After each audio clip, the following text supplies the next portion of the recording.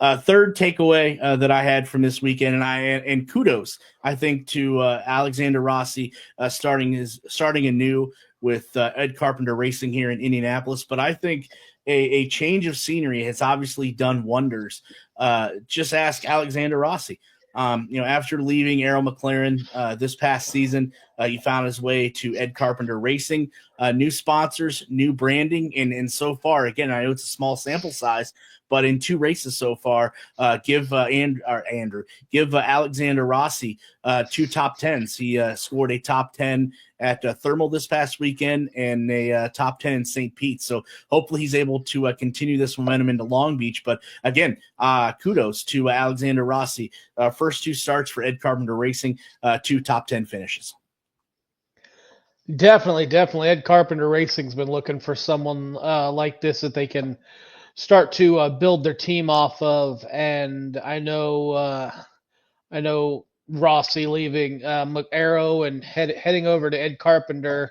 Some people may have looked at it as a downgrade in teams, just due to probably the financial backing that the 2 teams have. But Alexander Rossi, he's gone over there and he's like, you know what, I'm gonna prove everyone wrong. I'm gonna prove Arrow wrong, why they didn't bring me back, why they replaced me, and I'm gonna prove the whole IndyCar series wrong that wrote me off. I know there were several people that I've talked to in the past that didn't think Rossi was gonna be very good at with Ed Carpenter, but he is slowly but surely, race by race, just 2 races in, proving them wrong. Yeah, I couldn't agree more. Rossi's leadership and skills have really proved valuable for Ed Carpenter Racing.